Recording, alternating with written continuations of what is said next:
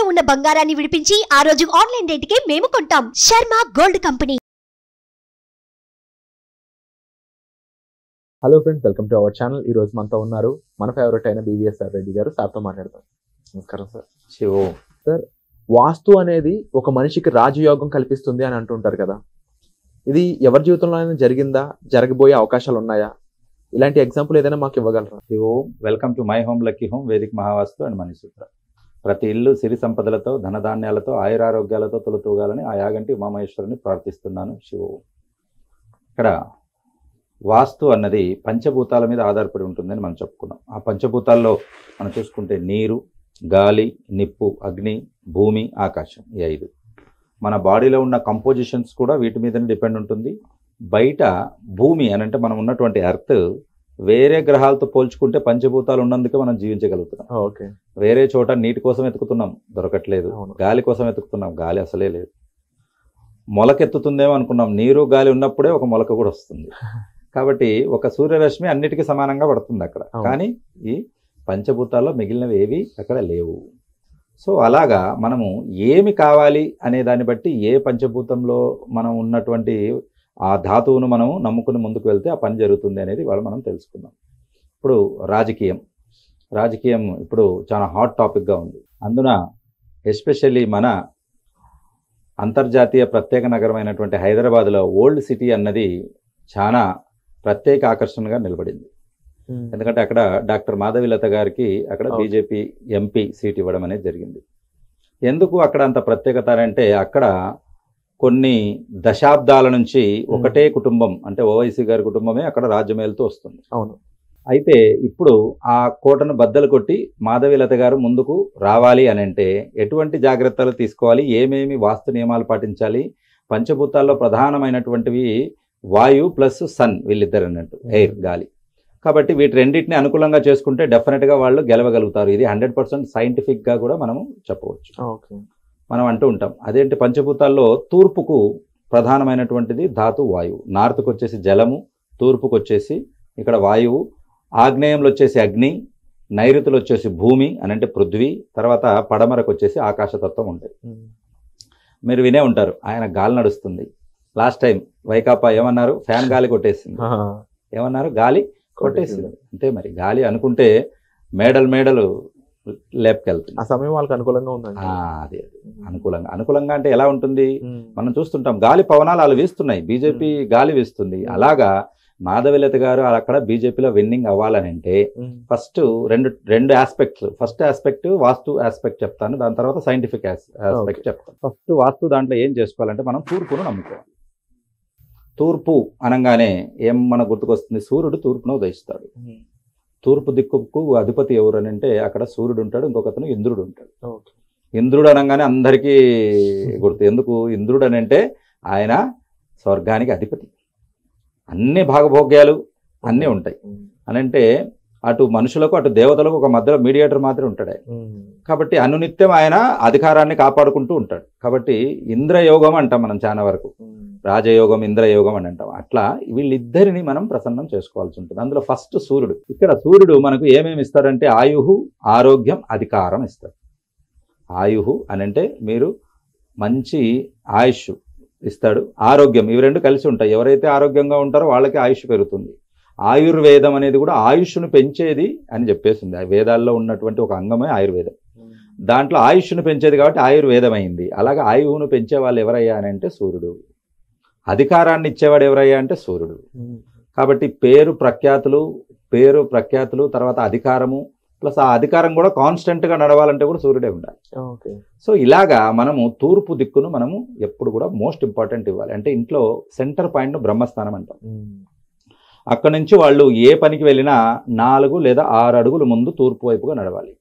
వాళ్ళ ఇల్లు ఏ వైపైనా ఉండొచ్చు, మెయిన్ డోరు తూర్పుకు ఉండొచ్చు, పడమరకు ఉండొచ్చు, ఉత్తరానికి ఉండొచ్చు, దక్షిణానికి ఉండొచ్చు. కానీ వేసే మొట్టమొదటి నడక అంటే ఫర్ ఎగ్జాంపుల్ ఇప్పుడు ఒక మీటింగ్కి వెళ్తున్నారు, ఆ మీటింగ్కి వెళ్లే ముందు ఏం చేయాలి? బ్రహ్మస్థానం నుంచి ముందు తూర్పు వైపుగా 4 అడుగులు వేసి 6 అడుగులు వేసి దాని తర్వాత మీరు ఎటైనా వెళ్ళాలి, తప్పకుండా చేయాల్సింది. ఇది ఒకటి ప్రధానమైనటువంటి.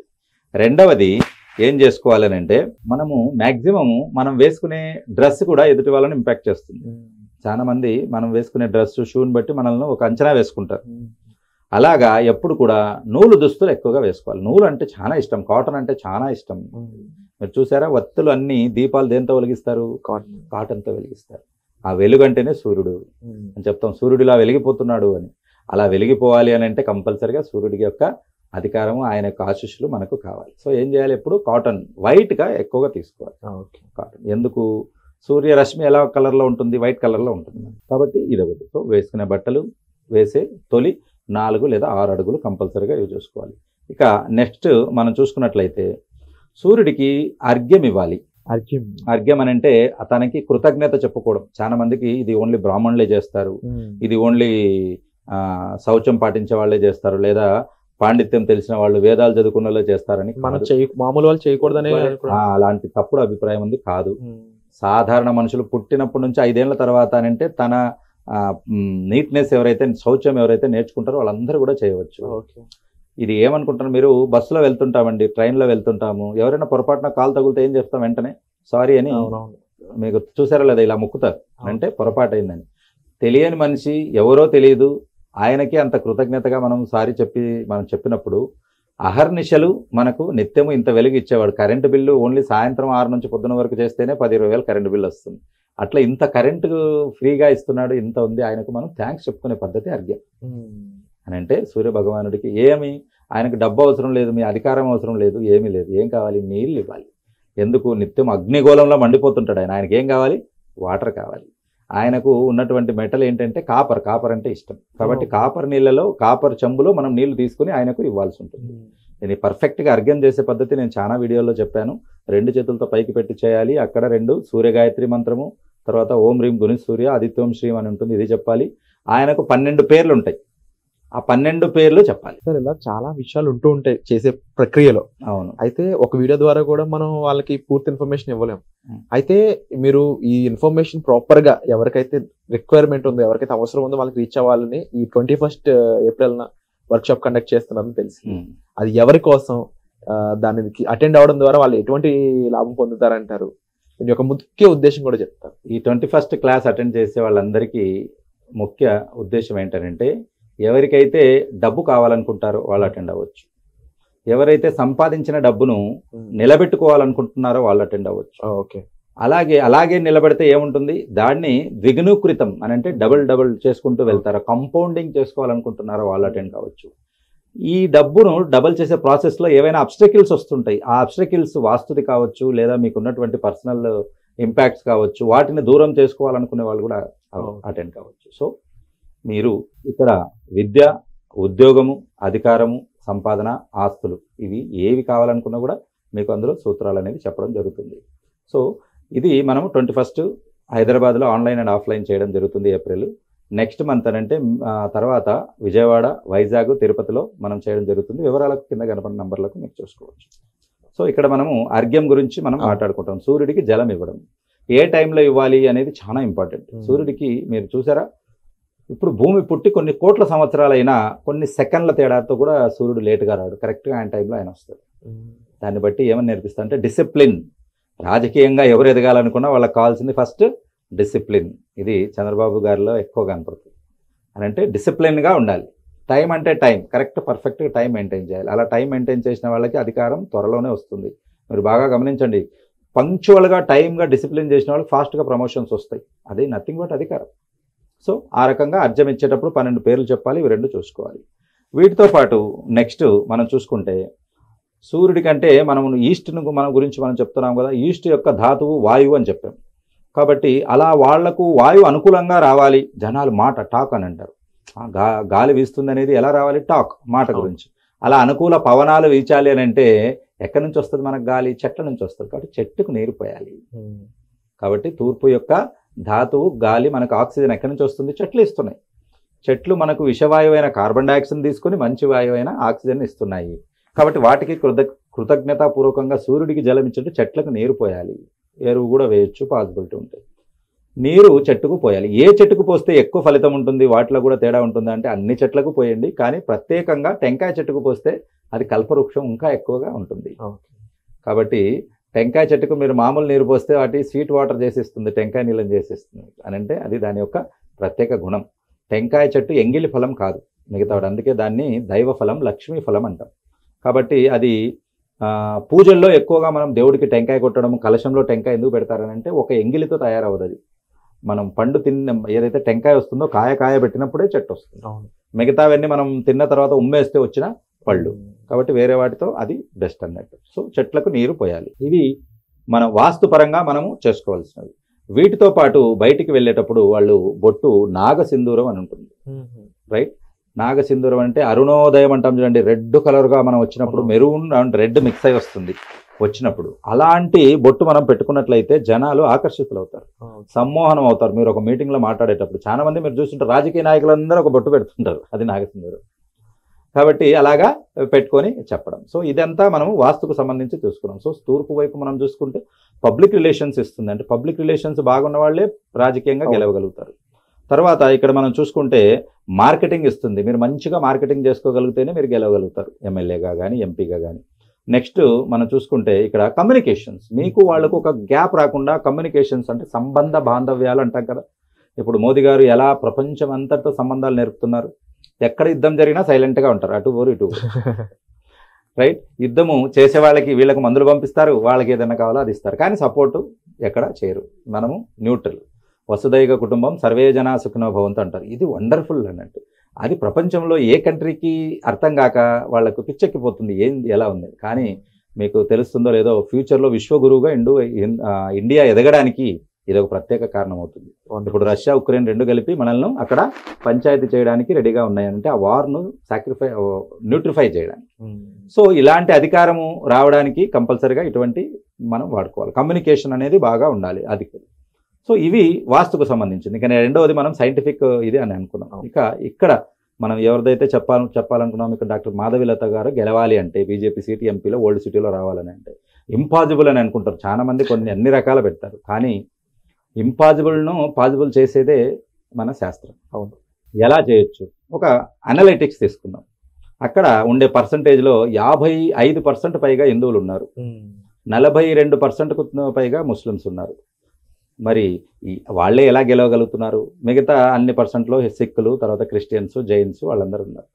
మెజారిటీ అయిన వాళ్ళ పోలరైజేషన్ లేనందుకు అక్కడ వీళ్ళు ఓడిపోతున్నారు. మరి అదే ముస్లిమ్స్ ఓట్లు చూసుకుంటే అక్కడ పోలరైజేషన్ ఉంది, ఆయన నయానో భయానో ప్రేమతోనో అభిమానంతోనే వాళ్ళందరూ ఏకగా, అక్కడ లేదు. కాబట్టి ఫస్ట్ ఏం చేయాలంటే పోలరైజేషన్ చేయాలి అని అంటే 10 ఓట్లు గుంపగుత్తగా ఒక చోట పడాలి, చీలిపోకూడదు. ఒక ఇంట్లో ఒక 10 మంది ఉన్నారు, 10 ఒకే చోట పడాలి. అదే అక్కడ వాళ్ళు ఫత్వా అనేది జారీ చేస్తాడు, బెదిరిస్తాడు, భయపెట్టవచ్చు, ఏమైనా చేయొచ్చు, కానీ గుంపగుత్తగా పడిపోతాయి. ఇక్కడ ఏంటనంటే మనకి నిజంగా దేశం బాగుపడాలనే ఉద్దేశం ఉంటే అక్కడ ఆమెకు అవకాశం ఇవ్వాలి. ప్లస్ ఇక్కడ మనం చూసుకున్నట్లయితే పోలరైజేషన్ అనేది ఫస్ట్ చెప్పుకున్నాం. ఇంకొక లాజిక్ ఉందండి ఎలక్షన్స్లో. మీకు పోలింగ్ ఎంత అవుతుంది మ్యాక్సిమం అని అంటే 60 to 70% మ్యాక్సిమం పోలింగ్ ఉంటుంది. ఎక్కడో 90% చదువుకున్న వాళ్ళు లేరు, కానీ యావరేజ్గా 60 నుంచి 70% పోల్ అవుతుంది. మనము 70% పోల్ అయిందని అనుకున్నాం. 70 ఓట్లలో గెలవాలని అంటే 36 ఓట్లు రావాలి, 36 ఓట్లు. కానీ ఇక్కడ పర్సంటేజ్ ఎంత ఉన్నాం మనం? 53% ఉన్నాం. మనకు 53 ఓట్లు ఉన్నాయి 100లో.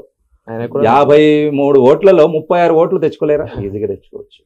కాకపోతే ఆ 36 ఓట్స్ పోలరైజేషన్ అవ్వాలి. సూర్యుడి కిరణాలు మనం భూతద్దం పెడితే ఒకే చోట పడి నిప్పు రాజుకుంటుంది, దాంట్లోంచి అక్కడ అగ్ని పుడుతుంది. అదే కిరణాలు సపరేట్గా పడ్డాయి అనుకోండి, ఏమీ కాదు, చెయ్యి ఏమీ అవ్వదు. అదే చెయ్యి మీరు భూతద్దం కింద పెట్టండి, సొర్రు మనకు అవుతుంది. అలాగా పోలరైజేషన్ రావాలి అని అంటే అక్కడ దేశభక్తి అనేది ఫస్ట్ ఉండాలి. ప్లస్ ఇక్కడ ఈ పోలరైజేషన్లో ఓట్లు అనేది కరెక్ట్గా వాళ్ళు చేసుకోగలగాలి. కాబట్టి ఈ 36% అనేది చేసుకోవాలి. ఇంకొకటి ఏంటంటే వీటితో పాటు అంటే ఈ అనలైటిక్స్లో బూత్ క్యాంపెయినింగ్ ఉంటుంది. ఇది మెయిన్. చాలా వరకు బీజేపీ సక్సెస్ అయిన చోట అంతా బూత్ క్యాంపెయినింగ్ చేస్తుంది. అంటే ఒక బూత్ లిస్ట్ తీసుకొని అక్కడ లీడర్లు ఇంటింటికి వెళ్ళి పర్సనల్గా మాట్లాడతారు, వీధిలో వెళ్ళి చేయి చూపించుకుంటూ ఉంటారు. అలా పర్సనల్గా మాట్లాడి ఈ విషయం చెప్పారనుకోండి సరిపోతుంది. కాబట్టి ఇంకొక ఆస్పెక్ట్ ఏంది, ఇంతవరకు అక్కడ గెలవకపోవడానికి ఇంతమంది ఉన్నా వాళ్ళే ఎందుకు గెలుస్తున్నారు అంటే అపోజిషన్ వాళ్ళే అని అంటే అక్కడ హిందూ ఓట్లు ఎక్కడ చీలిపోతాయి? మన కాంగ్రెస్ నిలబెడుతుంది, బీఆర్ఎస్ నిలబెడుతుంది, బీజేపీ నిలబెడుతుంది, ఇంకా బీఎస్పీ, ఇంకా వేరే వేరే పార్టీలు ఉండగానే అన్నీ చీలిపోతాయి. అలా ఉండకూడదు. ఎందుకంటే అధికారము తలా కొన్ని ఓట్లు పడితే రావు, అన్ని ఓట్లు ఒకరికే పడితే వస్తాయి. Wonderful sir. కాబట్టి మీరు చరిత్రను తిరగరాయాలనుకుంటే ఒక డాక్టర్ మాధవిలత గారిని మీరు భారతదేశంలోనే ప్రత్యేకంగా చూపించగలగాలనుకుంటే ప్లస్ హైదరాబాద్లో కూడా దేశభక్తి ఉందని మీరు చాటాలనుకుంటే డెఫినెట్గా మీరు ఈ పద్ధతులన్నీ వాడుకోవచ్చు. ప్లస్ వీటితో పాటు ఇది నేను ఎగ్జాంపుల్ చెప్పాను మాధవీలత గారిది అని చెప్పేసి, ఎవరైనా కూడా మీరు గెలవాలనుకున్న వాళ్ళు అది ఎమ్మెల్యే కావచ్చు, ఎంపీ కావచ్చు, ఏదైనా కూడా ఈ వేదిక్ మహావస్తు ఇచ్చే ఈ గోల్డెన్ టిప్స్ మీరు వాడుకుని డెఫినెట్గా మీరు రిజల్ట్ తీసుకోవచ్చు. సర్వేజన సుఖినో భవంతు. Wonderful sir. ముఖ్యంగా మాకు తెలియని ఎన్నో విషయాలు, అంటే టెంకాయకి సంబంధించిన వెనుకున్న సీక్రెట్స్ అయి ఉండొచ్చు, ఎన్నో విషయాలు మాకు తెలియని ఈ రోజు ఈ ఎపిసోడ్ ద్వారా మీరు వ్యక్తపరిచినందుకు thank you so much sir.